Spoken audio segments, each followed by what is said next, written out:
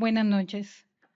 Estimados miembros del Colegio de Pediatría de Nuevo León, es un gusto darles la cordial bienvenida a nuestra sesión educativa correspondiente al mes de noviembre de 2024, que estamos realizando en el Hotel MS Millennium y transmitimos a través de nuestra plataforma para ustedes y para nuestros amigos de otros estados de la República Mexicana.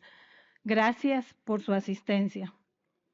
Por este medio enviamos un saludo a nuestra presidenta de la Confederación Nacional de Pediatría de México, la doctora Ana Beatriz Rosas Sumano, y a la presidenta de la Federación Noreste, la doctora Patricia Georgina Montiel Duarte.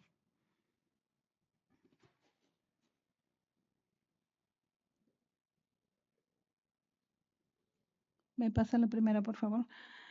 Les quiero seguir invitando a pertenecer a nuestro Colegio de Pediatría de Nuevo León y que consideren todos los beneficios que tenemos al ser miembros activos. Tenemos actualizaciones médicas con profesores de alta calidad y tenemos 3 sesiones mensuales y cada una de ellas tiene reconocimiento por el Consejo Mexicano de Certificación en Pediatría. Tenemos precios preferenciales, medias becas o becas completas en los eventos relacionados con el Colegio de Pediatría de Nuevo León. También los apoyamos en los trámites de certificación y recertificación, incluyendo la solicitud de sede aquí en Monterrey para que no tengan que trasladarse a otras ciudades. En esta ocasión ya estamos listos para nuestro próximo examen, que será el día 25 de enero de 2025 en las instalaciones de la Universidad de Monterrey. Además, por su asistencia, tenemos la oportunidad de disfrutar convivencia con grandes amigos en este recinto. Dentro de las actividades próximas, tenemos el curso de pediatría para médicos familiares y generales y, por supuesto, para pediatras que organiza la mesa directiva del capítulo Guadalupe del Colegio de Nuevo León. Será en el auditorio Doctor Hospital East el próximo 23 de noviembre. Las inscripciones siguen abiertas. Pueden tener informes en las oficinas del colegio o en los teléfonos que están apareciendo en la imagen. El Colegio de Pediatría del Estado de Coahuila invita al primer simposio de enfermedades raras, pero no invisibles. Será el próximo 23 de noviembre en la ciudad de Saltillo, Coahuila. Para informes, también utilizar el código QR que aparece en pantalla o los teléfonos. Tenemos una siguiente invitación a las segundas jornadas de actualización pediátrica que organiza la Sociedad del ISSSTE de Nuevo León, que se realizarán el próximo 6 y 7 de diciembre en el auditorio del Doctor Hospital Auna de Galerías. Informes en los teléfonos de la imagen.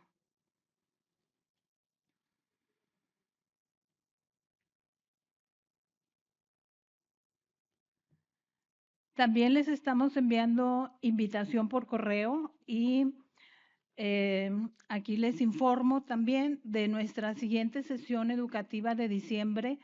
Va a realizarse el día viernes 13 en esta misma sala a partir de las 19 horas. Este día tendremos nuestra sesión ordinaria, tendremos el cambio de mesa directiva del capítulo San Nicolás y nuestra posada navideña. El costo de recuperación es 750 pesos por persona.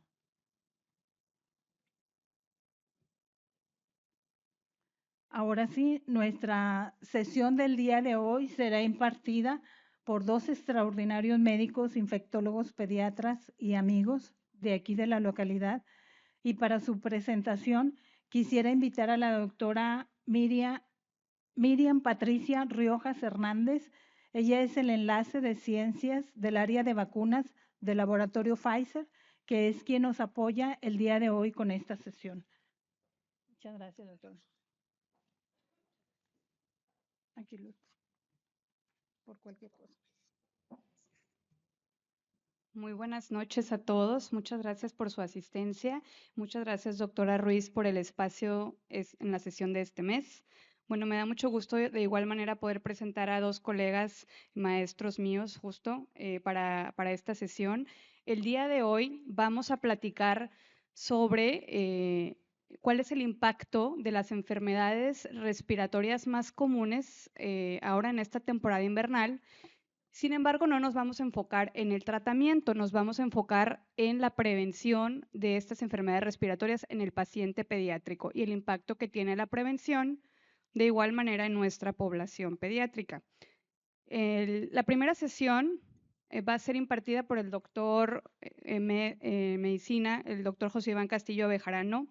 Él es infectólogo pediatra, él egresó del área de pediatría por la Universidad Autónoma de Nuevo León, realizó el área de infectología de igual manera en el Instituto Nacional de Pediatría, fue graduado con mención honorífica, posteriormente realizó un doctorado en medicina con orientación en epidemiología hospitalaria y resistencia antimicrobiana en la Universidad Autónoma de Nuevo León. De igual manera, es profesor del área de posgrado en infectología pediátrica y profesor del doctorado en medicina del Hospital Universitario. Actualmente funge como jefe de la unidad de vigilancia epidemiológica en el Hospital Cristus Muguerza y de igual manera es presidente de la Sociedad de Infectólogos Pediatras Jóvenes, que pues es a nivel nacional. Es miembro del Sistema Nacional de Investigadores y es miembro de la Academia Mexicana de Pediatría. Bienvenido, doctor Iván Castillo, y muchas gracias.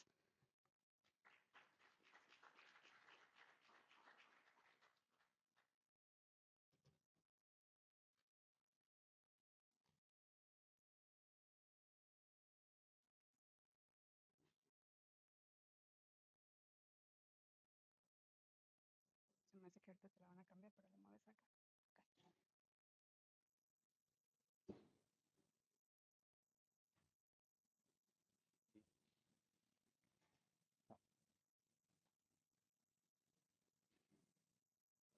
Listo. Muchas gracias, un honor estar nuevamente aquí con ustedes.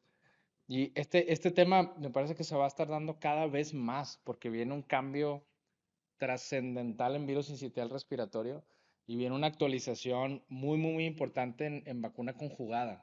Entonces es un tema que va a estar on point y que viene todavía a crecer un poquito más en este tema en particular que es sincitial y que sabemos que tenemos muchos años con esto. Entonces iniciamos con sincitial respiratorio. Y una sola diapositiva y solo para recordar que la infraestructura nos lleva a una proteína que se llama la glicoproteína de fusión. Y esta proteína, a diferencia de otros virus como lo es el SARS-CoV-2 que tiene la de Spike, esta es la proteína que más capacidad antigénica tiene. Y sobre ahí se dieron, sobre la proteína de fusión, se fue dirigida específicamente el desarrollo de las vacunas que ya tenía muchos años, pero no habían podido concretar una vacuna que fuera lo suficientemente inmunogénica hasta hoy. Entonces, en el boletín de vigilancia epidemiológica, nosotros ya conocemos cómo se dibuja el curso del sincitial. Esto no, ya estamos todos familiarizados con esto, con el inicio en octubre, y aunque hay muchos virus que no se van, cuando llega el sincitial, llega y los desplaza totalmente, al grado de que incluso hasta se quedan en el olvido en ciertos momentos. Y pues el único que pudiera a lo mejor cobrar relevancia un poco después de sincitial y que parece prometedor en temas de vacunas es metaneumovirus, que parece que es el siguiente que perfilan a incluir en vacunación. Entonces, conociendo ese perfil y sabiendo que para nosotros es un virus totalmente trascendente, ya tenemos también registrado desde hace muchos años un pico en el adulto mayor. Y de hecho en el adulto mayor ya hay una vacuna autorizada, que es una dosis única. Ahorita está en visto bueno de molécula y parece que el siguiente año para adultos a partir de los 60-65 años ya se pudiera aplicar por ese nicho y hecha carga de enfermedad que tienen los mayores de 65.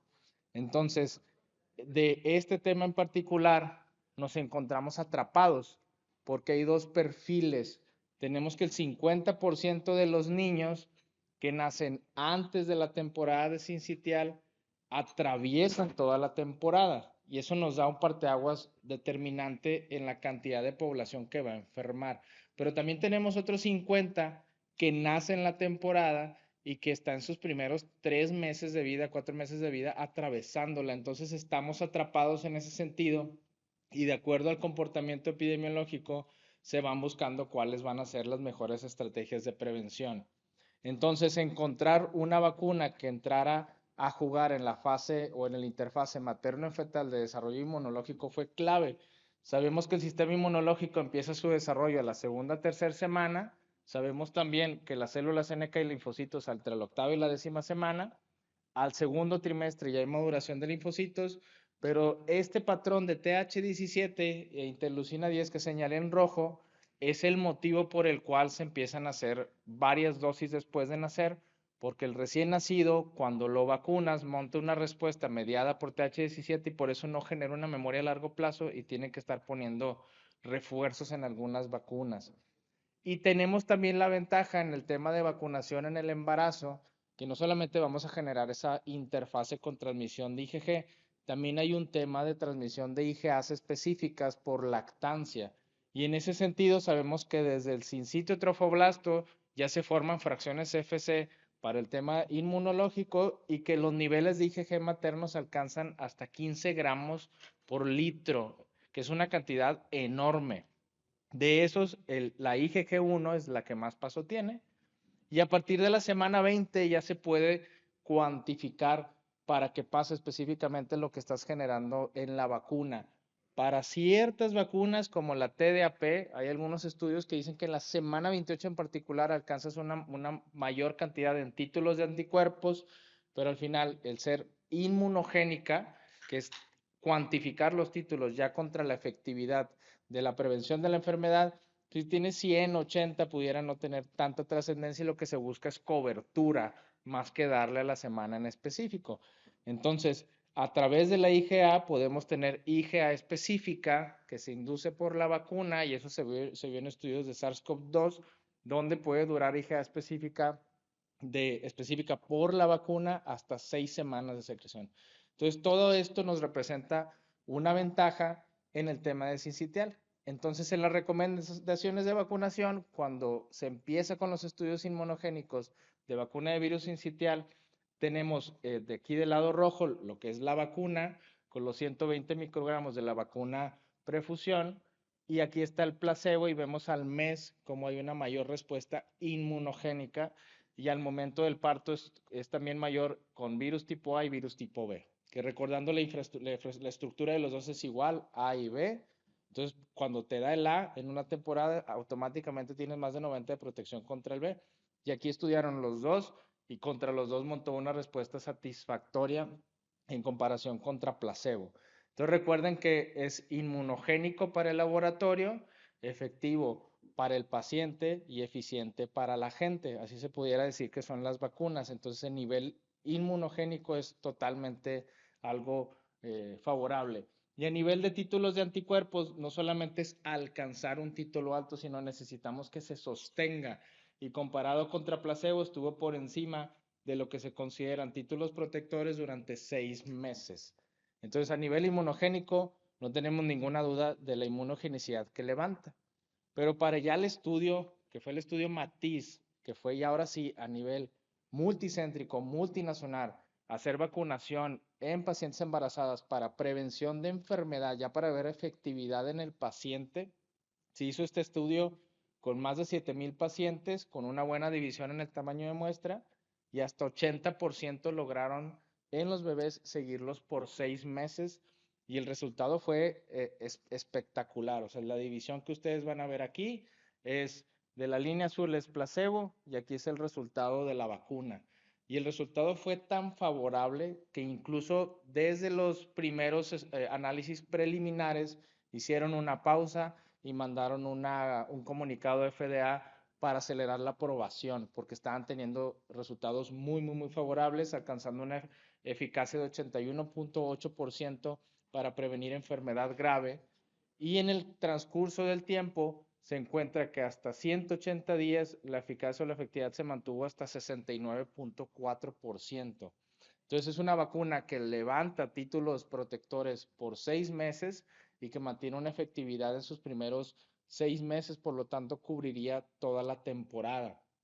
Y en cuanto a seguridad, que ese es el tema de los foros en los que vamos a tener que ir llevando la vacuna, como en el tema de ginecología y obstetricia, que son los que van a ver estos pacientes, y nosotros que vemos también en las consultas ya un poquito más cercanas al momento del nacimiento, esta información va a ser, digamos, como que la más relevante, porque ya sabemos que es efectiva nosotros como pediatras y neonatólogos sabemos que va a ser inmunogénica, pero el ginecólogo necesita saber que se asegura.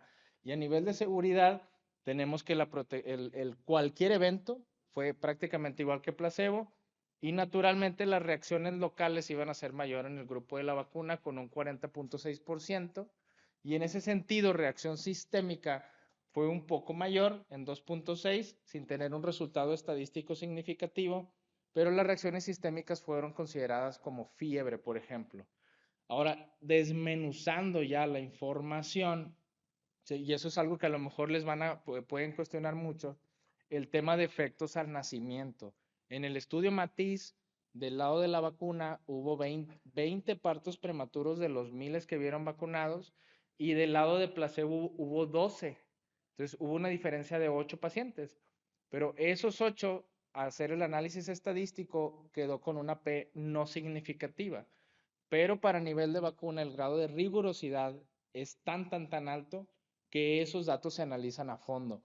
Y cuando ven los análisis ya particulares de prematuros menores de 34, de 37, nacimientos a término, aunque vemos ligeros predominios en el grupo vacunal, en ninguno se encontró estadísticamente algo significativo, de manera que para Europa la vacuna se autorizó desde las 24 semanas de gestación. Entonces, en resultados de tasa de prematuridad y prematuridad extrema, quedaron 201 en el grupo de la vacuna contra 4.7 en el placebo, igual sin significancia estadística, lo que llevó a una aprobación por la Asociación Europea a partir de las 24 semanas, y en FDA fueron un poco más estrictos para dar seguimiento a los estudios, digamos, de fase 4, que ya son los estudios de comercialización, donde dicen, bueno, vamos a comercializarla, y ahí autorizaron a partir de las 32 y dijeron, vamos a ver cómo va avanzando, y si va avanzando bien, bajamos las semanas. Pero ya se está aplicando en Estados Unidos, son 120 microgramos, como lo había comentado, en una sola monodosis de 2 mililitros con una jeringa precargada de 1 mililitro. Entonces tenemos esos dos ángulos desde la lactancia y la transmisión que nos pudiera ayudar en la prevención. Y esta vacuna en particular pudiera entrar en aplicación simultánea con TDAP, que la vacuna TDAP ya se hizo un estudio donde se hizo BCR más TDAP en 713 pacientes y lo dividieron en 4 grupos, TDAP y placebo, sincitial y placebo, sincitial TDAP, y así fueron haciendo las combinaciones de manera que la inmunogenicidad y los efectos adversos fueron limitados. Es decir, tanto los efectos adversos en ambos grupos cuando pusieron TDAP y sincitial, no hubo ninguna diferencia, y al aplicarlas juntas tampoco hubo ninguna diferencia en los títulos geométricos de la inmunogenicidad que despierta. Por lo tanto, una de las propuestas podría ser que entrara para que en una misma cita se ponga las dos. Entonces, esa sería una aproximación que pudiera ser bastante favorable a nivel de salud pública. Y entrando en la segunda parte, el neumococo sigue siendo un problema. De hecho, en un estudio reciente del Lancet que dibuja toda la resistencia antimicrobiana, cómo ha ido evolucionando, describe que disminuyó 50% la mortalidad en niños menores de 5 años desde que entraron las vacunas conjugadas, pero sigue habiendo una mortalidad muy importante por neumococo por todo el fenómeno que va despertando su cápsula, y de hecho sigue estando dentro de los patógenos prioritarios de la OMS de este año. Lo importante aquí es que lo que metieron a riesgo medio es el neumococo resistente a macrólidos. Y estos que ven aquí, prácticamente todos son de la consulta, de otitis medias agudas, sinusitis, faringitis, y no son de riesgo bajo para la OMS, están en riesgo medio. Y al moverlos ahí, va haciendo cambios en las políticas, que incluso se habla de mover a los macrólidos a un grupo de control más estricto en consumo de antibióticos. Y la evolución de las vacunas conjugadas tiene una naturaleza muy, muy importante en la cantidad de serotipos que fueron incluyendo. Nosotros en México, en el 2006, empezamos a vacunar en 52 municipios de bajo índice de desarrollo humano. Vieron muy buenos resultados en enfermedad invasiva y lo escalaron al IMSS, y siguió cayendo la enfermedad invasiva y entró al esquema nacional de vacunación ya total en el 2008. Y luego tuvimos un breve periodo de tiempo, una PCV10 que estuvo en el IMSS, que te comentaba que te daba la ventaja de proteger contra el 19A, que creció mucho después de la vacunación de la PCV7, pero estuvo momentáneamente porque traía 19F y no daba buena protección contra el A. Entonces en el 11 empiezan con PCV13 y ahorita actualmente es la que tenemos en México, PCV13 en un esquema 2+1. Pero yo les vengo a hablar de PCV20, porque Estados Unidos ya está vacunando PCV20. Entonces ya tenemos pacientes, tengo colegas que están en Tijuana o Mexicali, que llegan, que los niños nacen en San Diego y se vacunan con PCV20 y llegan a la consulta de pediatría para ver cómo continuar su esquema acá, porque nacieron allá y estuvieron 2 meses. Entonces es una realidad que ya vamos a vivir y que porque PCV20 ya está allá y ya viene en México con una autorización de molécula y que no vamos a tardar ya en tener a disposición. Y actualmente ya también hay incluso una PCV21, pero que solo está indicada para adulto mayor y que todavía le falta un poquito más de estudios, pero hacia allá vamos. Y hacia allá vamos porque el impacto, aunque va bajando el impacto de la carga de enfermedad, va habiendo switch de serotipos. Entonces, estos datos fueron extraídos directo de los anuarios de morbilidad de la Dirección General de Epidemiología, y desde que se introdujo la vacuna, este es 2013, aquí entró PCV7 y aquí está la caída espectacular. En rojo van a ver las OMAs de 1 a 4 años y las OMAs de niños menores de 1 año con una reducción cuantificable en 63% a la fecha. Y si vemos en la enfermedad invasiva, ahí es donde viene la sorpresa, porque entra PCV13 y sí hay una caída reportada en múltiples partes del mundo, como esta es de la CDC. Esta es la PCV13 y caen todos los serotipos de la 13 y el 6C. Y caen todos los demás serotipos pensando en los que la 13 no cubre, pero que tiene 6A y 6B y por lo tanto le pega al 6C en ese sentido. Pero van a ver aquí los no vacunales cómo se sostienen, y eso en México ya se vigila. De manera que, al menos en neumonías, podemos dibujar que ya redujimos un 66% las causas de neumonía por neumococo en menores de 1 año, y las meningitis 79% menos desde la introducción de vacunas conjugadas en menores de 1 año. Sin embargo, el cambio en el switch no solamente está pegando en eso, está pegando también en resistencia antimicrobiana, porque con la introducción de la 13 se vio un 63% menos resistencia a macrólidos, 80 menos resistencia a cefalosporinas y 80 menos a penicilina. Y eso es porque desplazas a los serotipos más comunes y que también se pueden asociar a mayor resistencia antimicrobiana. Entonces, entra la PCV20 a hacer un análisis en México, y en México hubo este estudio que se publicó por Barajas del 2000 al 2014, vio población no vacunada de niños, en estos estudios nacional 100%.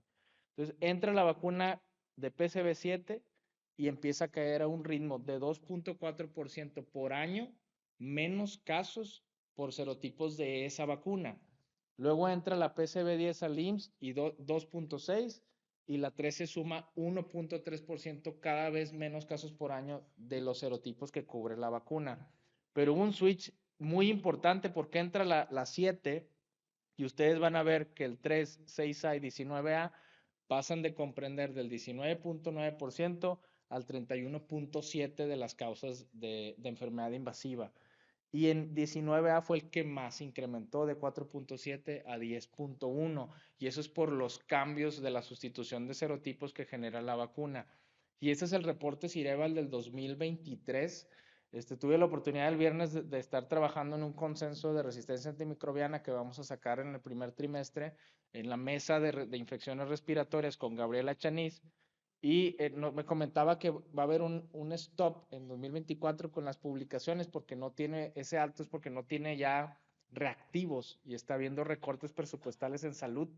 Entonces probablemente este es el último informe que vamos a tener por un periodo de tiempo. Pero fíjense cómo la proporción de serotipos no vacunales, cómo va cambiando. Y aquí tienen 35B en menores de un año, tienen el 6C y un poquito más el 23A y 23B cuando ves poblaciones mayor de un año. Entonces hay que darle seguimiento a esos tres. Y también pudiéramos contemplar aquí al 15A. Esos son los de interés para nosotros. Pero si tuviéramos la vacuna actualmente con los serotipos que están circulando, hablaríamos de que la 13 cubriría solo el 37.6% de las causas de los serotipos que causan enfermedad invasiva, cuando antes del 2013 cubría el 65. No era el 100, pero era el 65. Si tuviéramos la 15, sería 38.2 y con la 20 vamos a cubrir el 54.6% de los serotipos. O sea, vamos a abarcar poco más de la mitad de los serotipos que hoy en México están dando enfermedad invasiva. Entonces, es la composición. Esta diapositiva me gusta mucho porque es de la CDC. Ustedes van a ver aquí la 13 con los serotipos que abarca. Aquí está el 19A y el 19F. La 15 agrega 22F y 33F. Y la 20 agrega el 8, 10A, 11A, 12F y 15B, que para fines epidemiológicos de nosotros, dadas las características de los serotipos que circulan, que son no vacunales, nos conviene a nivel de salud pública que entre la 20, como lo hizo ya Estados Unidos.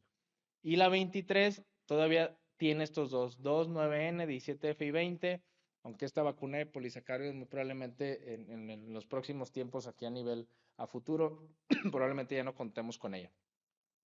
Entonces, los estudios de inmunogenicidad y seguridad en pediatría, lo que reportan es esto. Ustedes van a ver la PCB13 aquí, todos los serotipos que tienen la 13 y los que te agrega la 20 por arriba de los títulos protectores que da los cortes específicos para neumococo y los eventos de inmunogenicidad están iguales entre la 13 y la 20. O sea, meter la 20 aún y teniendo 7 serotipos más, no tiene más efectos adversos.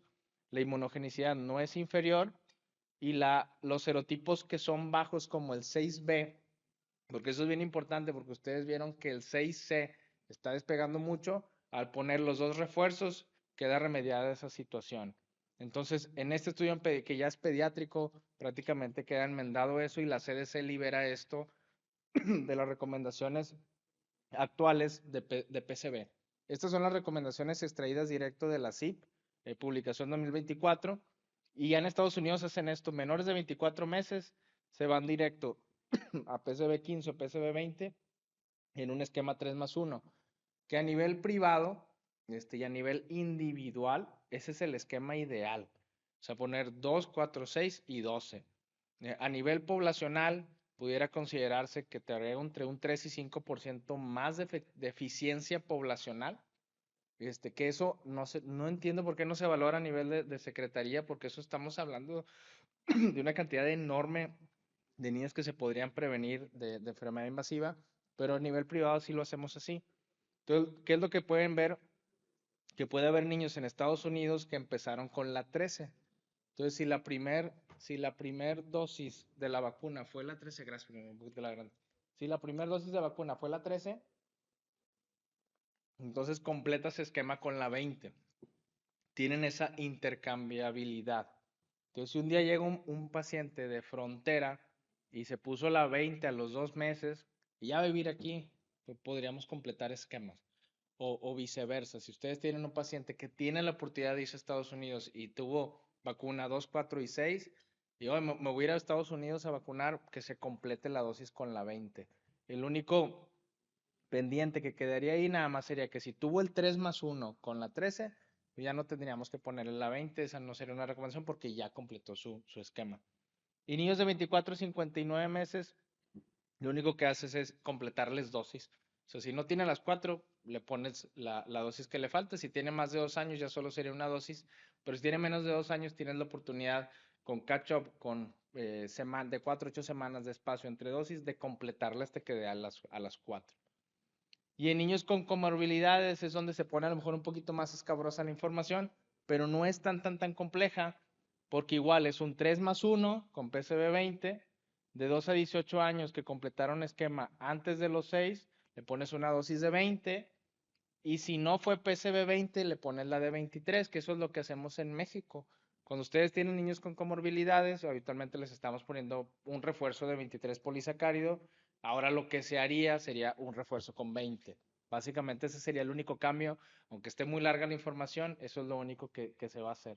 Y en niños de 6 a 18 años, sin ninguna dosis previa, pones dosis única de PCV20, y si se aplicó la 23, le aplicas una de 15 o una de 20 a las 8 semanas. Entonces, nada más queda el asterisco que me lo traje para letras más grandes, que si se aplicó la 15, debido a la falta de serotipos de cobertura, tienes que ponerle la de 23. Y la 20, pues en este caso no sería necesaria si ya tuvo la 23. Básicamente lo que vamos a estar haciendo con 20 es completar esquemas, ponerlos como refuerzos en niños con comorbilidades, y eventualmente el plan podría ser que desplace a la 13 si hay los recursos necesarios, o si no, vamos a tener las dos colindando durante algunos años, y nosotros en medio privado, si nos dan la oportunidad de la comercialización, vamos a estar haciendo esquemas combinados o poniendo PCV20. Y ya nada más por último quedaría así. Por ejemplo, un niño que tiene una enfermedad crónica, fístula de LCR o implante coclear, que completó esquema antes de los 6 años, así se dibujaría. Primer escenario, tuvo su 3+1 con PCV20, no hay problema. Segundo escenario, tuvo 13 o 15, entonces tendrías que ponerle a las 8 semanas la PCV20 o a las 8 semanas la PCV23 a lo que tengamos disponible. Y en niños de 12 a 18 años inmunocomprometidos que completaron esquema antes de los 6 años, ya estamos hablando de un niño con un inmunocompromiso real. Tenemos entonces aquí el esquema completo de PCV20, ya no lleva dosis. Si fue completo, pero fue con 13 o 15, hay varias opciones: ponerle 20 a las 8 semanas, ponerle 23 y luego un refuerzo de PCV20 a los 5 años, o 23 y 23 a los 5 años.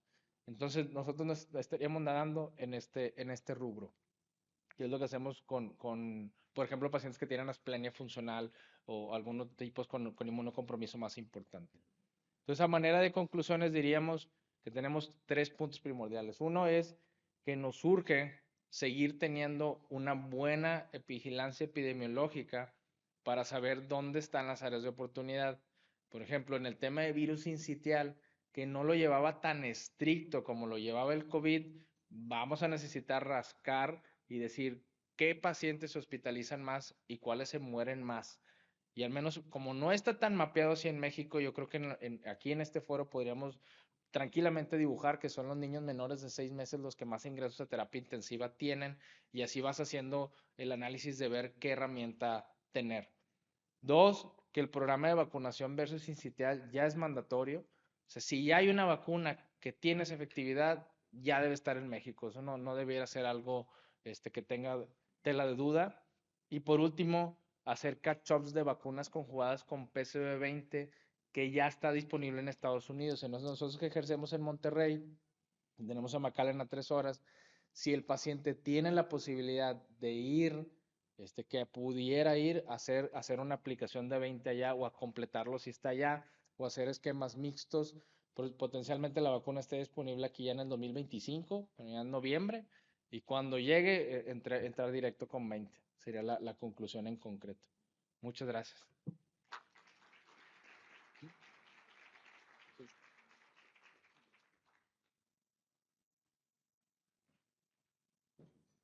Muchas gracias, doctor Castillo. Muy bonita su presentación. Va a haber un espacio para preguntas y respuestas al final de la sesión con el doctor Oscar Tamés.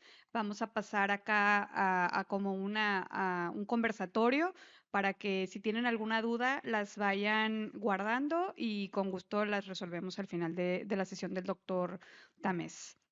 Bueno, ahora el doctor Tamés va a hablar del impacto de la vacunación contra COVID-19 en el paciente pediátrico. También creo que es un tema muy importante que nos compete justo en estas temporadas. Y bueno, presento al doctor Oscar Tamés. El doctor Oscar es infectólogo pediatra. Él realizó sus estudios de posgrado en el Tecnológico de Monterrey e infectología pediátrica lo realizó en el Instituto Nacional de Pediatría.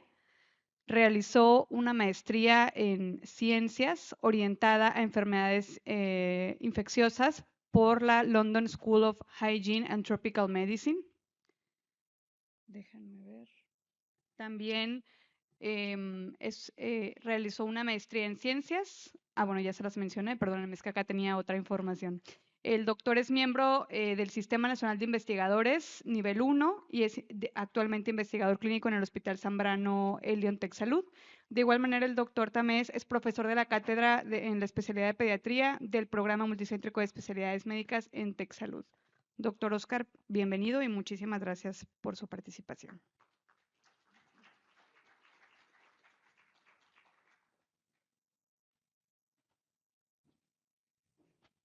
Listo, muchas gracias. Muchas gracias al comité y a todos ustedes por estar aquí. La verdad es que estoy muy contento de ver todas las caras conocidas y también de conocer a nuevos colegas.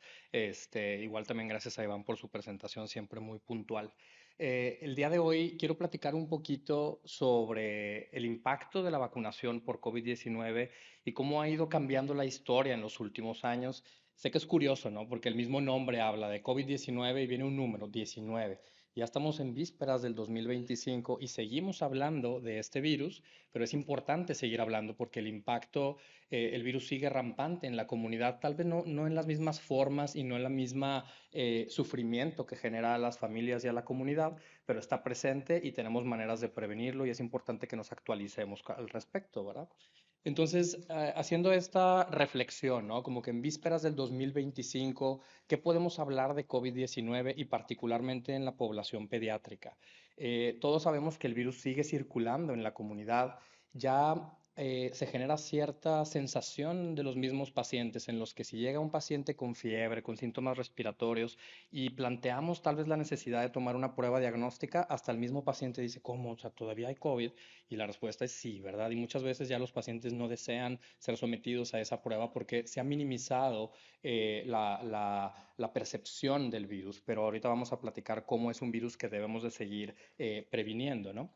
Y afortunadamente, pues la carga de enfermedad ha disminuido radicalmente. Esto es una bendición y un gran logro de la ciencia, porque recordemos hace algunos años cómo no teníamos herramientas preventivas y todos teníamos miedo al momento de exponernos a algún paciente con sospecha o confirmación del virus. Y bueno, afortunadamente el virus fue cambiando, pero también la ciencia nos trajo a la existencia de vacunas y justamente es una de las mejores herramientas de las que vamos a platicar en un momentito más.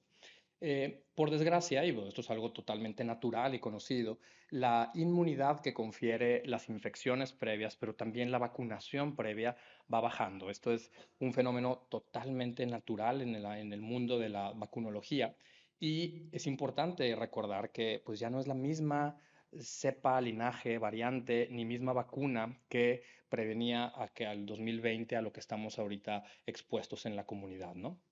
Y por último, una reflexión que también me gustaría que nosotros mismos nos llevemos a casa después y les voy a mostrar datos para que lo pueda yo sustentar, ¿verdad?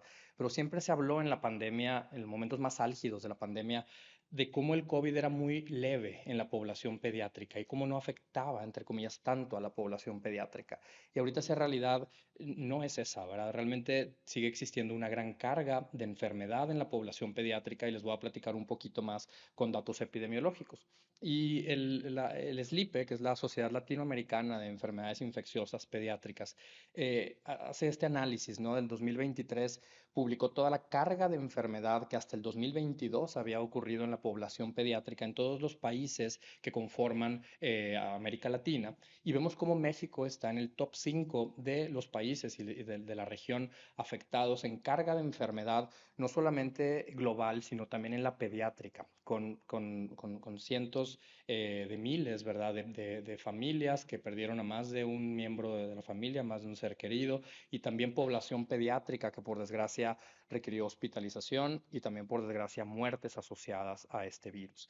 Y si vemos un poquito los números, estos se detienen en el 2023, pero si continuáramos con ese análisis al 2024, vemos cómo ese número todavía asciende y al día de hoy, aunque el análisis muestra hasta 330,000 muertes, que son las documentadas, y hablamos de un infrarreporte aproximado de 8 a 1, ¿verdad?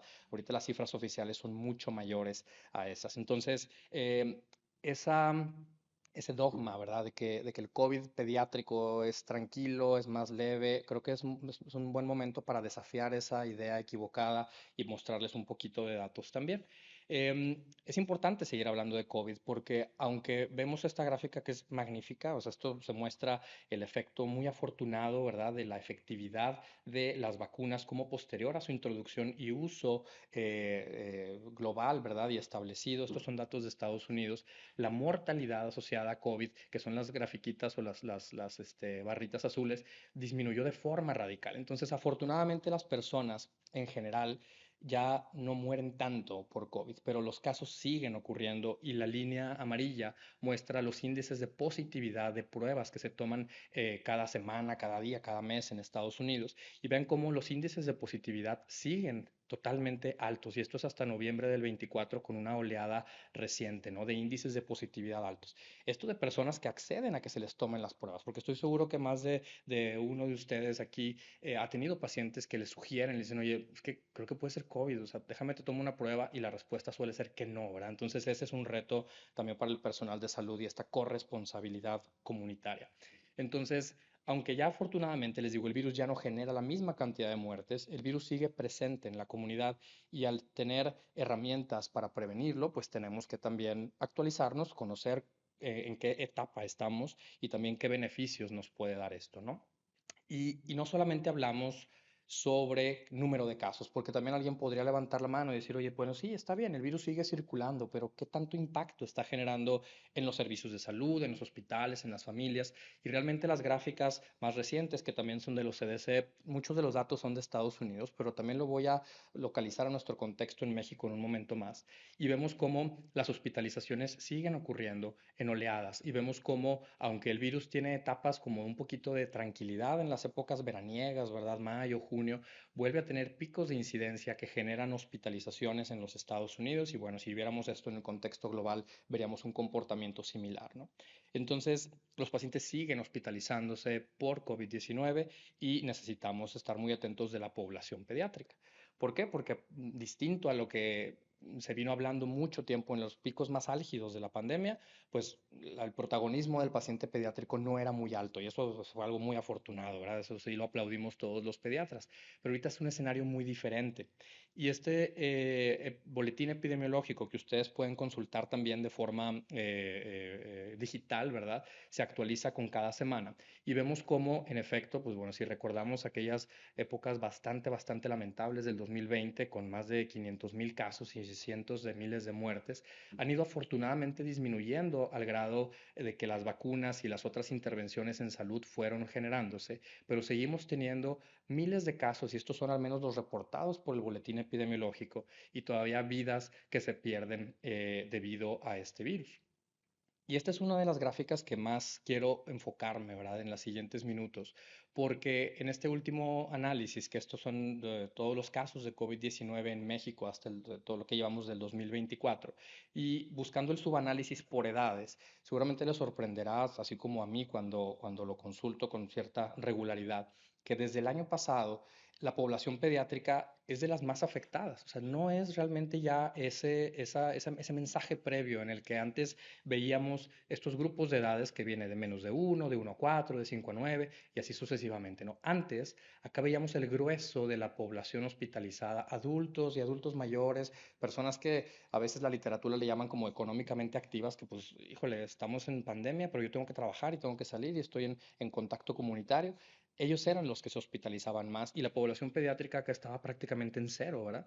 Y la realidad actual del 2024 de COVID-19 en México habla de un número de pacientes hospitalizados. Vean cómo el grupo de 1 a 4 años comprende un gran porcentaje de los pacientes hospitalizados por COVID, comparable y aún mayor que los adultos mayores de 65 años. Entonces, La población pediátrica se sigue hospitalizando por COVID-19 y estos son los casos que tenemos reportados y habría que considerar ese famoso subreporte, ¿no? Porque también los esfuerzos epidemiológicos locales no son lo suficientemente robustos como para poder identificar uno a uno el número de casos que tenemos de pacientes hospitalizados. Y este es el tema de número de casos, ¿verdad? Pero acá está otra gráfica que apoya más aún lo que les decía, que estos son el número de casos dividido en ambulatorios y hospitalizados. Y vean cómo el rojo es el hospitalizado, el rosita o el beige es el ambulatorio. Y vean que pacientes en México a lo largo del 2024, si pertenecían al rango entre 1 y 4 años, la probabilidad de que se hospitalizara era mucho mayor. O sea, eran más pacientes hospitalizados con COVID-19 de 1 a 4 años de los que estaban en la forma ambulatoria, ¿verdad? Y vean cómo comparándolo con otros grupos de edades que por mucho tiempo los llamamos los más vulnerables y los más propensos a caer tal vez en una hospitalización, pues la realidad actual pediátrica es distinta, ¿no? Entonces, a mí no me gusta mucho entregar el mensaje de una forma de como valerme del miedo y decir, bueno, ¿sabes qué? El COVID está rampante, vacúnate porque el COVID... No, pero más bien es informarnos para tal vez luchar contra esa idea equivocada de que el COVID-19 en la población pediátrica es leve y que no genera hospitalización y tenemos datos locales que nos lo comprueban, ¿verdad? Y no solamente datos, sino afortunadamente estrategias para poder prevenir este tipo de desenlaces.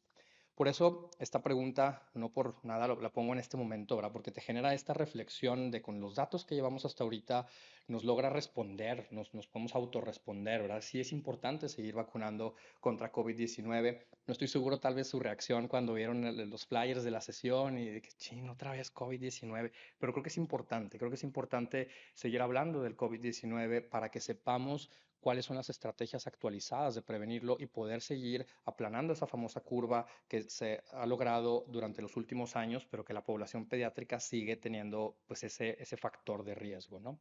Y la importancia de seguir vacunando contra COVID-19 no va solamente por la enfermedad aguda. Imaginemos, ok, que yo, Oscar, ¿no? Me enfoqué en la población de 1 a 4 años, pero digo, no, pero ¿sabes qué? El 1 a 4 años es solamente un rango de edad y la población pediátrica va de los 0 a los 18, a veces hasta los 21, dependiendo de la región. ¿Qué pasa con los demás grupos, verdad? Y las vacunas han generado beneficios no solamente para la infección aguda, ni tampoco en estos grupos etarios, sino también para las complicaciones al plazo corto, mediano y largo. Y eso es algo bastante importante que es relevante de platicar. Estoy seguro que recordarán dos particularmente entidades, ¿verdad?, asociadas al COVID-19 que afectan en gran manera también a la población pediátrica. Y uno de ellos es el síndrome inflamatorio multisistémico pediátrico, o el MIS-C, o previo en Reino Unido le llamaron PIMS inicialmente.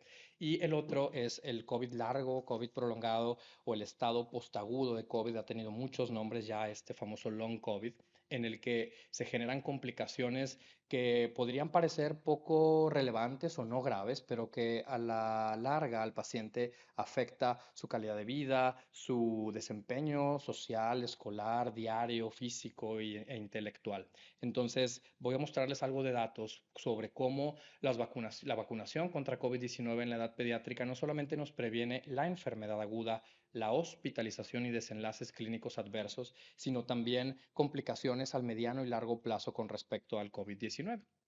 Y la importancia, ¿no?, de seguir hablando de COVID-19 en el 2025 es porque así como nosotros aprendimos a cuidarnos, los científicos y laboratorios aprendieron a generar vacunas, el virus aprendió al mismo tiempo y empezó a cambiar. Y así como ocurre en ocasiones con influenza, ¿verdad?, que el virus muta, el virus cambia, el virus evoluciona, SARS-CoV-2 pues no fue la excepción y tenemos evidencia pues fehaciente de cómo con cada cierto tiempo se generan cambios y mutaciones que hacen al virus mucho más hábil, le llamamos como fitness viral, ¿verdad? Que el virus aprende y eso nos lleva a la necesidad de estar actualizando nuestro portafolio vacunal para que con cada, digamos, temporada, entre comillas, o estacionalidad del virus podamos tener las herramientas más actuales para prevenir las variantes más actuales que circulan en la comunidad. Y un poquito nada más, esta es la parte un poco más científica, ¿no? De, no tanto epidemiológica, sino científica de la plática. Y es que el virus tiene esta capacidad bastante buena, ¿verdad? Siempre hablamos de influenza como el virus modelo de mutación, pero los virus, los coronavirus tienen esta habilidad también bastante buena, ¿verdad? De generar variantes virales constantes a medida que está la circulación del virus en la comunidad. Y el fenómeno de los cambios de variantes virales ocurren cuando, por ejemplo, un individuo se infecta de un virus y se infecta obviamente de una sola variante, ¿verdad? Pero al momento en el que el virus llega al organismo de esta persona, los procesos de replicación viral, como ustedes saben, es una replicación constante, copias, copias, copias, copias, pero es un proceso que no está exento de errores. Y justo esos errores pueden llegar a ser o buenos para el virus o malos para el virus, ¿verdad? Quiere decir que pueden ser copias bastante buenas y en ocasiones con ciertas mutaciones que le confieren todavía más fitness o mejores habilidades de contagiosidad. O a veces ocurren mutaciones que son deleterias para el virus y hacen que las variantes puedan ser menos transmisibles, menos virulentas, menos mortales, ¿no? Entonces, regresando a este ejemplo, ¿no? En el que el individuo se contagia de una sola variante y estos son los cambios de cargas virales en su cuerpo y vean cómo pues la variante verde, ¿no? Que está generándose replicaciones, replicaciones constantes, constantes, pero en ocasiones puede haber errores, cambios, mutaciones que pueden no ser significativos, pero puede llegar un momento en el que existan ciertas copias de virus que de forma coincidental agregan estas mutaciones que le confieren diferentes capacidades al virus y ahí queda en el individuo. Eso sería la buena noticia, pero lo malo es que no es así y estas variantes pueden o ser transmitidas, yo puedo transmitir la variante original, digamos, la que pues, se copió de forma correcta, no hay mutaciones, es la mismita, no pasa nada, sigue circulando, o este mismo individuo puede transmitir a la comunidad y a otros individuos la variante que ya tiene copias o mutaciones que va a conferirle diferentes características al virus y así es como esto se dispersa, ¿verdad? Y es por eso es que ustedes seguramente se han ido también actualizando y leyendo y de repente la OMS saca noticias y dice variable de preocupación, las VOC, las Variants of Concern, en Reino Unido está circulando esta mutación, en República Democrática del Congo está circulando esta mutación, ¿verdad? Y es que justamente eso es lo que hacen los virus. Nosotros como especie no estamos exentos, ¿verdad?, de la convivencia con otros organismos y con otras formas de vida. Y el hecho de que pues, nosotros nos adjudiquemos esta superioridad no quiere decir que somos los únicos que habitamos esta tierra y los virus son organismos que pueden diseminarse de una forma rapidísima y más aún con la globalización y el movimiento de poblaciones actuales.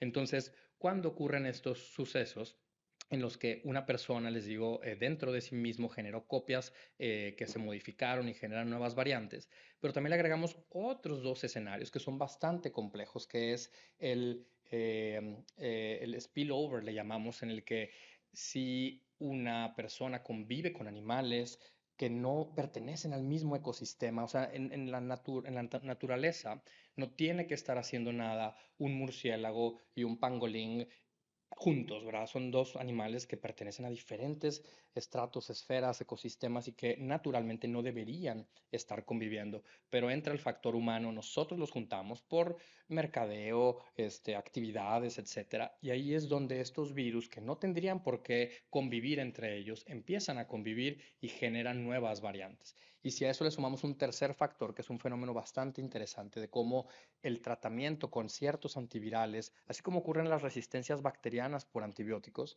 los antivirales pueden generar presión a que se generen nuevas mutaciones virales y pues con el advenimiento de los antivirales en la época más álgida de la infección, pues se presiona para nuevas mutaciones. Entonces, como concluyendo esta parte, tenemos todo una tormenta perfecta para que el virus siga generando cambios y cambios y cambios. Y al parecer, y la experiencia de los últimos 4 o 5 años nos lo ha dicho, ¿verdad?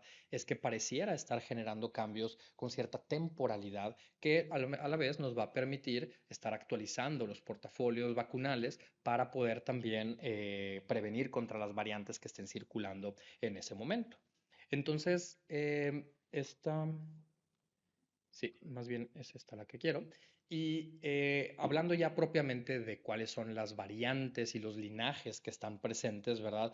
Estos últimos años han sido de grandes retos para todos, ¿no? Porque la taxonomía viral es súper compleja y de repente vemos los nombres XBB, JN1, KP2, pero bueno, lo que va con esto es que identifiquemos cuáles son los linajes y las variantes y subvariantes que están circulando en cada una de las regiones y si se logra identificar cuáles son las que tienen mayor predominio, así es como los laboratorios pueden elegir cuáles son las que se deben de incluir en las vacunas. Y en la vacuna actualizada, que se cuenta al menos con de laboratorio Pfizer, que es la de 2024-2025, se incluyen las variantes que circulan más a nivel global, que son justamente el linaje JN1 y que incluyen también por petición de OMS y por los análisis de taxonomía viral la variante KP2, ¿verdad? Entonces, los análisis de geotipificación, esfuerzos globales, que esto fue algo magnífico, todo el mundo cuando geotipifica un virus avisa a una base de datos, digamos, global, para así poder ver no solamente cuál circula en en diferentes regiones, sino en todo el mundo, y se ha llegado a ese consenso que este linaje y esta variante son las que deben de incluir y son las que están incluidas en la vacuna actualizada 2024-2025. Entonces, estas protecciones, como les decía, van más allá de la infección aguda y les quiero mostrar un par de ejemplos sobre esta protección al mediano y largo plazo y un par de diapositivas de cada uno de los ejemplos porque sé que es un tiempo limitado. Pero quisiera que platicáramos y recordáramos un poco más de cuando tuvimos esta gran oleada, ¿verdad? De casos de pacientes con síndromes febriles muy prolongados y con ataque al estado general, dermatosis, alteraciones del sistema nervioso central, transaminasemia, ¿verdad? Y alteraciones cardiovasculares que asemejaban mucho a la enfermedad de Kawasaki y que, bueno, aunque se logró diferenciar las rutas de inflamación que se evocaban en cada una de ellas, pero se logra, pues, generar este fenotipo, ¿no? Del paciente PIMS, Kawasaki, que al final del día terminó denominándose síndrome inflamatorio multisistémico pediátrico. Y cuando inicia la vacunación, también se observa cómo la protección con esta intervención no solamente era para la infección aguda y hospitalización, sino empezaron a descender los casos de enfermedad de Kawasaki y en cohortes de Estados Unidos en los que evaluaban a pacientes y comparaban pacientes que habían recibido y los que no habían recibido la vacuna, se veía protección en contra de estas complicaciones subagudas y largas del COVID.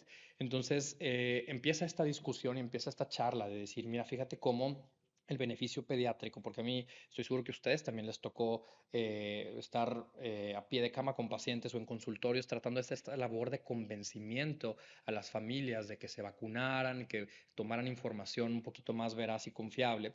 Y muchas personas usaban el argumento que era bastante válido en su momento, porque los medios así te lo decían, ¿verdad? Decir, oye, pero doctor, es que a mí me dijeron que el COVID en pediatría es tranquilo, o sea, no pasa nada, ¿no? Entonces, el advenimiento del síndrome inflamatorio trajo el cambio en esa moneda, ¿no? Y con estos datos, pues también se logra argumentar de cómo la vacunación protege contra esta complicación inflamatoria.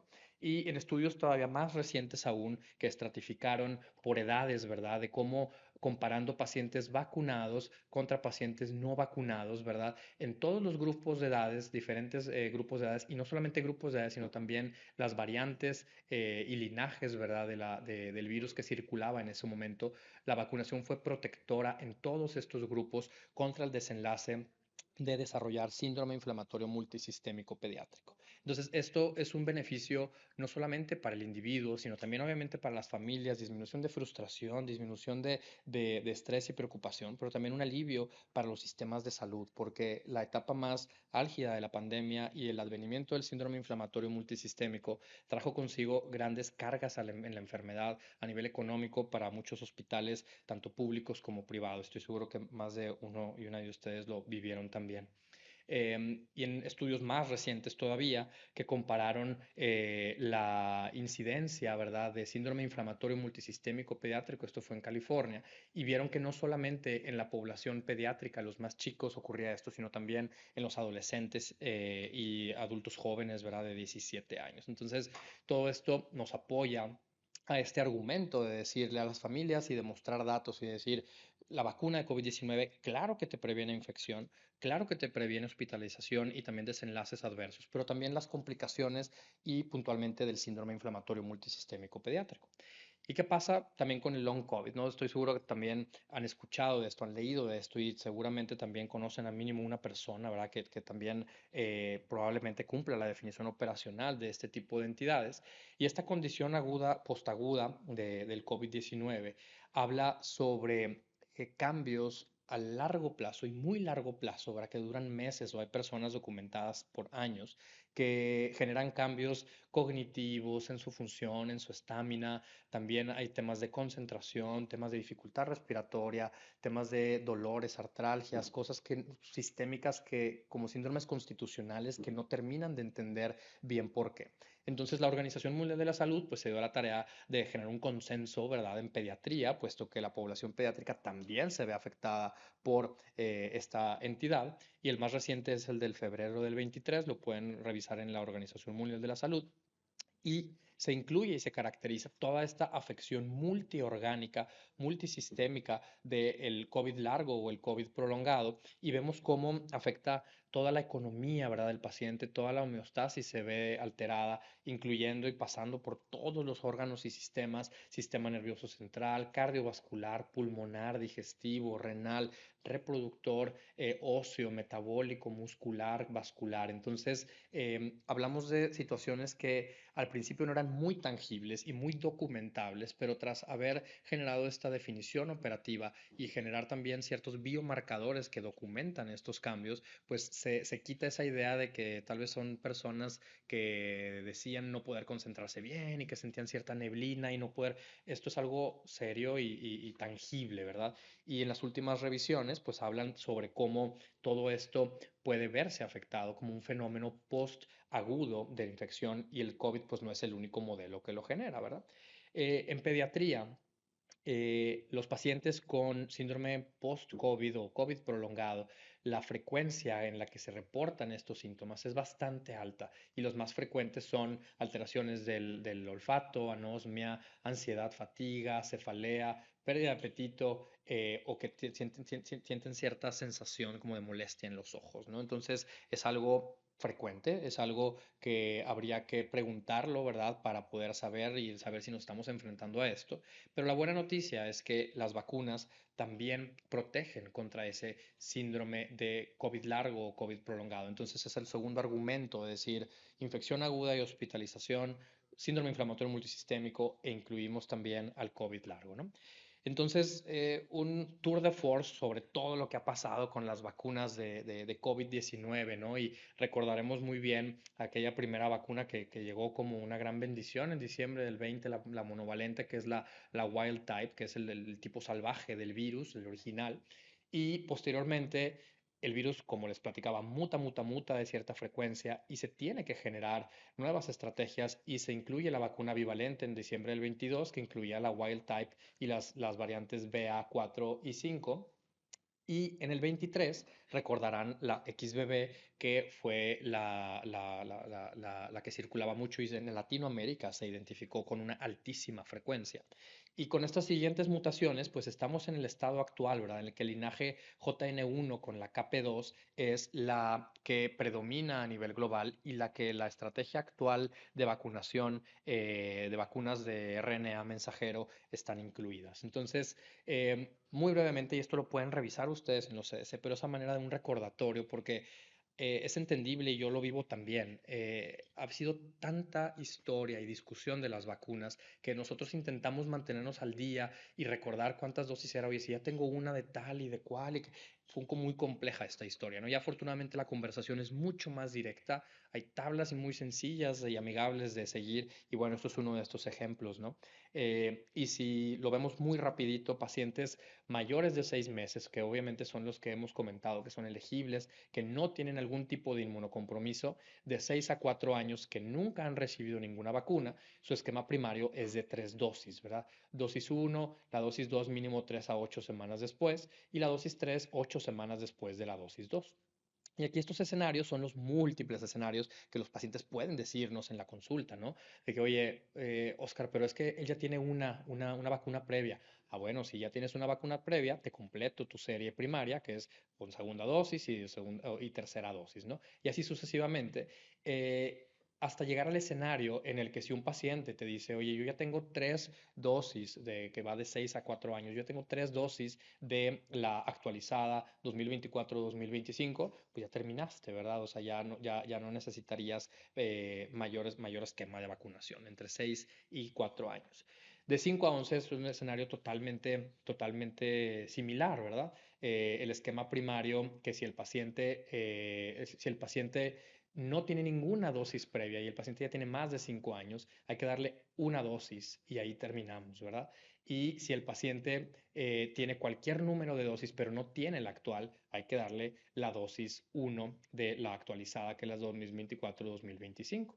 Entonces, estos son pacientes sin inmunocompromiso y pacientes con inmunocompromiso en los que solamente se hace la diferencia en aquellas personas que tienen inmunocompromiso, en el que tú como clínico, como clínica, puedes decidir si crees que amerite su inmunocompromiso ofrecer una dosis extra, es decir, una cuarta dosis en el caso de un paciente que no tenga dosis previa, lo puedes considerar, ¿verdad? Y así ustedes pueden revisar estas tablitas en la página oficial de los CDC y es bastante más amigable a que si las leamos todos aquí, ¿verdad? Entonces, la última parte de la que quiero platicar es la parte de la seguridad y es una de las que las familias más te preguntan, ¿no? Las familias, afortunadamente, cuando les ofrecemos información veraz, confiable, depositan en nosotros esa confianza de utilizar estas estrategias, pero claro que preguntan porque estamos inmersos en un mundo de información, de redes sociales, de noticias y de comentarios de la comunidad. Entonces, se habla mucho sobre qué tan seguras son y afortunadamente tienen un perfil de seguridad bastante alto. Y podemos hablar de forma bastante transparente sobre los efectos adversos que estas vacunas pueden generar. Y afortunadamente en los análisis más amplios y rigurosos se muestra cómo los efectos adversos son en su vasta mayoría bastante leves, ¿no? Que son fiebre, fatiga que está reportada un poquito más en aquellas poblaciones adolescentes, cefalea, resfriados, vómito muy infrecuente, puede haber algo de mialgias, ¿verdad? Y dolores articulares y algunos subanálisis que han utilizado también como para ver quiénes utilizan antipiréticos o no posteriormente a la dosis, ¿no? Y que la mayoría responde bastante bien a todos estos. Esto en las preguntas de los síntomas y signos más frecuentes, ¿no? Pero claro que las familias no te van a preguntar esto porque eso es lo que toda vacuna genera, ¿no? Lo que las familias van a ir a preguntarnos es sobre oye, pero yo escuché sobre la miocarditis, yo escuché sobre el dolor precordial, yo escuché sobre el dolor torácico y también hay que ser bastante transparentes en eso y platicar que claro que están descritos, pero con una frecuencia extremadamente baja, que no llega a ser con ni siquiera una significancia estadística y que aquellos casos que han ocurrido en su vasta mayoría se tratan con ibuprofeno en casa de forma ambulatoria y sin secuelas. Y vemos cómo, por ejemplo, estos temas de dolor precordial, ¿no? Con un porcentaje menor al 1% de molestia torácica o dolor de pecho en menos del 0.5%, ¿verdad? De las grandes series vacunales en pediatría. Y la miocarditis y la pericarditis, que son términos que la población, en la comunidad en general, se empezó a familiarizar más, y qué bueno, porque cada quien es también corresponsable de su salud, ocurrían, sí, en efecto, con una frecuencia extremadamente baja, menos de 5 casos por cada millón de vacunas aplicadas, y ocurrían más en personas entre 11 y 17 años, y en su gran mayoría, más del 90 y 95%, dependiendo de la serie que visitemos, eran casos que se documentaban por ecocardiografía, recibían ibuprofeno o Olgunain en casa y no tenían absolutamente mayor complicación, ¿verdad? Y si ponemos en la balanza y platicamos con la familia cuál es el riesgo o la probabilidad estadística de tener una miocarditis o una pericarditis asociada al virus y no a la vacuna, es mucho más frecuente y es mucho más probable que una persona, un paciente pediátrico, tenga miocarditis o pericarditis asociada al virus por haberse infectado y no así a la vacuna. Entonces son argumentos sólidos, basados en ciencia, pero que también logran empatizar con la comunidad y poder entender su preocupación y aún así empujar hacia una protección individual y comunitaria. Entonces, me gustaría concluir que nos llevemos a casa, ¿verdad? Es un mensaje que no está basado en miedo, está basado en información y prevención de que el COVID pues sigue en la comunidad, ya afortunadamente no como antes, no generando las mismas muertes, no generando la misma carga para la comunidad, para las familias y para los sistemas de salud, pero sí genera hospitalizaciones en la población pediátrica y como les mostraba, es la población más afectada, al menos en 2024 en México, en comparación con los adultos mayores. Las vacunas protegen no solo contra la enfermedad aguda, sino también contra las complicaciones. Incluimos en esta plática el síndrome inflamatorio multisistémico y el long COVID, y pues mostramos datos de que son bastante seguras y que podemos confiar en que son estrategias de salud pública y global que nos ayudarán a disminuir o mitigar más esta emergencia sanitaria. Entonces, me encantaría, no sé si quieren que iniciemos el panel de discusión y agradecerles otra vez su atención.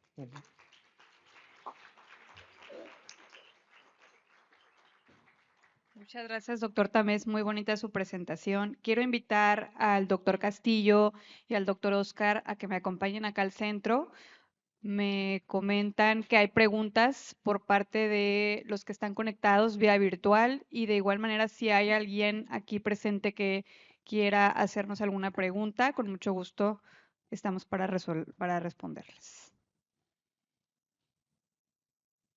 Sí, bueno. Empezamos con las preguntas en línea.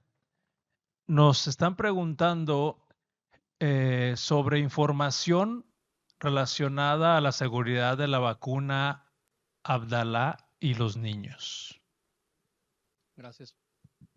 Bueno, sí, tomo esa, gracias. Es una pregunta muy valiosa y yo creo que todos los que estamos aquí presentes, incluyéndome, tenemos esas inquietudes y esas dudas.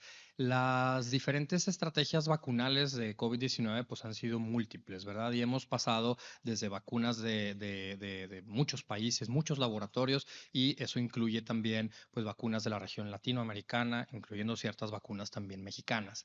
La Organización Mundial de la Salud ha hecho muchos esfuerzos para generar información de los portafolios de seguridad y aquellas vacunas que como una organización mundial recomiendan y generan estas sugerencias. Y bueno, por desgracia, esta intervención que se comenta ahorita, la vacuna Abdala, no está hasta en los últimos reportes de portafolios vacunales incluida dentro de estas sugerencias, ¿no? Estas sugerencias es importante contextualizarlas porque la Organización Mundial de la Salud está obligada, pero al mismo tiempo su función es generar recomendaciones que sean aplicables a todo el mundo, o sea, desde los países con mayores índices de desarrollo como aquellos que se encuentran en bastante bajas situaciones de desarrollo o en vías de desarrollo. Entonces, una intervención universal es compleja.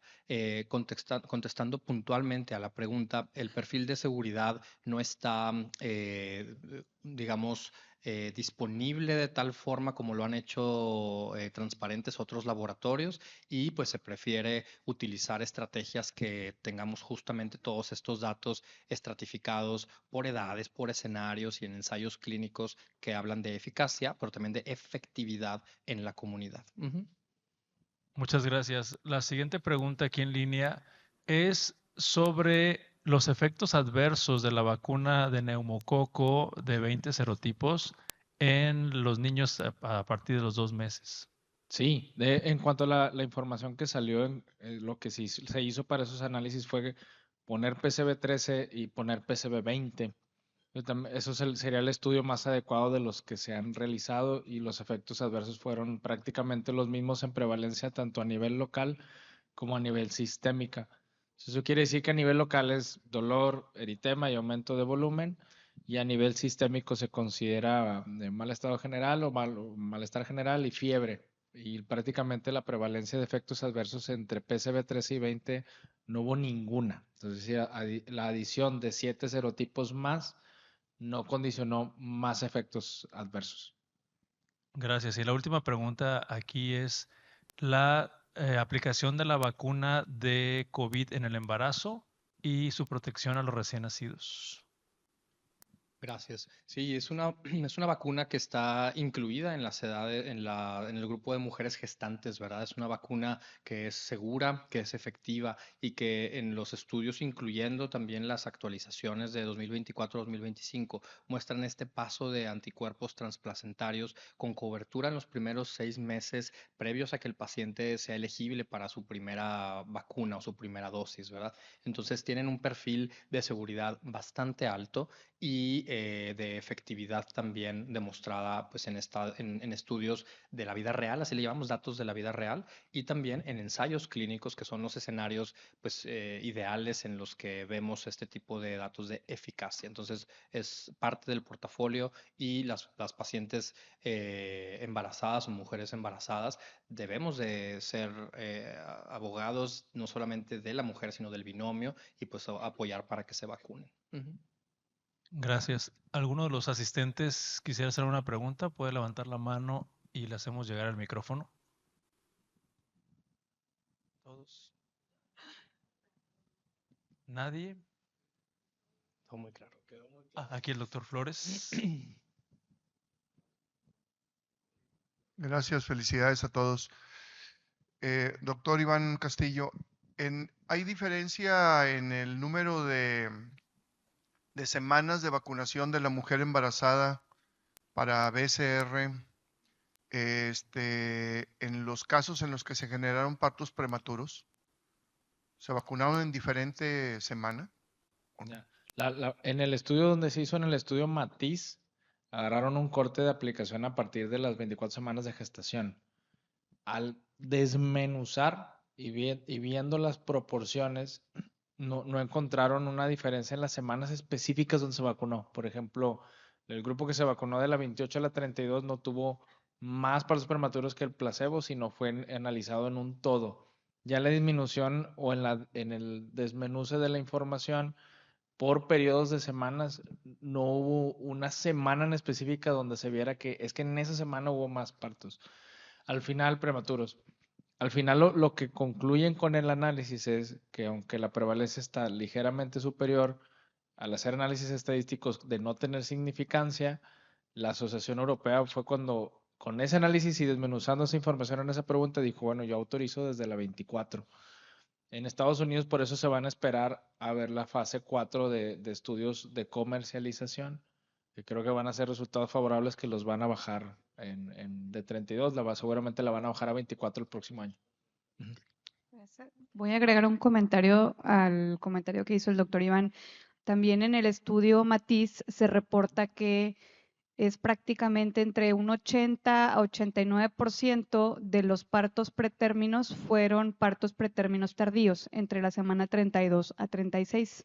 Por eso, y en realidad como uno dice, el riesgo de parto pretérmino de algún producto no viable es muy bajo y el estudio se hizo a partir de la semana 24. Se considera que de ese pequeño porcentaje de partos pretérminos que no tuvo diferencia con el placebo, se llevan a cabo ya en pretérmino tardío. Sí. Gracias. ¿Alguien más? Si no, yo voy a aprovechar. Yo estaba leyendo los que estaban ahí, pero ahora viene una mía. Iván, mencionaste que en el 2025 se espera que llegue la vacuna de neumococo de 20 serotipos conjugada, pero ¿tienen información sobre la de COVID, también desde el punto de vista comercial, para aplicarse a los niños a partir de 6 meses? La declaración, bueno, eso lo podría constar eso, pero bueno, tengo el micrófono, pero la declaración desde la Secretaría de Salud fue que no iba a haber disponibilidad para uso comercial de 6 meses a 5 años, a menos no sé si el doctor tengas alguna otra información. Digo, se está en espera de lo que las autoridades locales puedan compartir, ¿verdad? No hay como una información extra que tal vez nosotros podamos, Iván y yo podamos compartir. Habrá que esperar un poquito a las legislaciones locales. Entonces, de 5 años en adelante, ¿sí va a haber disponible? Ok. Ujú. Bueno, y curiosamente también es la pregunta que está entrando Sí, ahorita, así no, y que esa es la sí. pregunta que todos tenemos y todos queremos, ¿verdad? Son estrategias, de nada sirve tener una intervención en el refrigerador, sino llega al hombro del paciente, no al brazo del paciente. Entonces, es algo que se tiene que empujar con política pública, llegar a los tomadores de decisiones y nosotros como gremio médico, pues también elevar esa pregunta y decir, oigan, hay que considerar ya tenerla lista para poder prevenir contra todas estas infecciones, ¿verdad? Ujú. Gracias. Si no hay más preguntas, terminamos la sesión. Muchas gracias.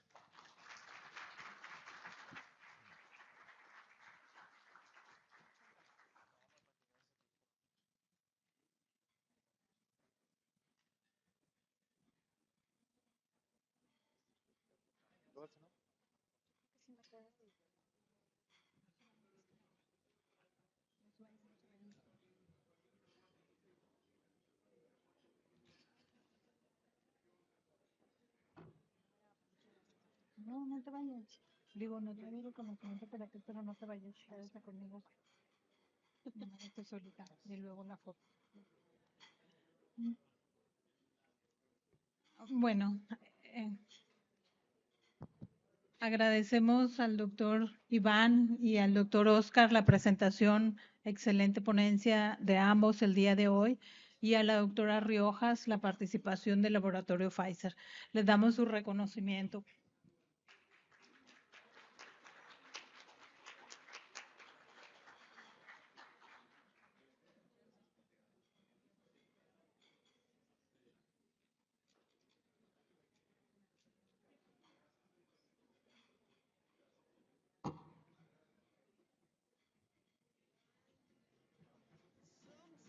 I get nervous when I see an open door.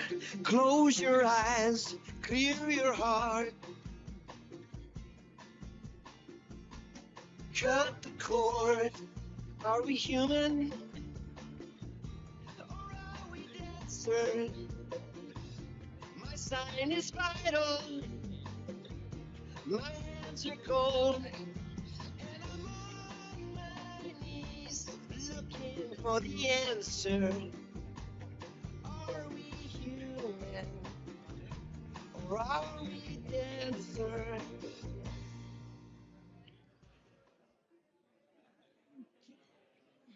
Solamente quiero recordarles de la sesión del mes de diciembre. Va a ser el viernes 13. Como les comentaba, va a ser nuestra sesión ordinaria, va a ser el cambio de mesa directiva del colegio del capítulo San Nicolás y aparte nuestra reunión navideña. El costo de recuperación, 750 pesos por persona y bueno, los esperamos. Muchas gracias.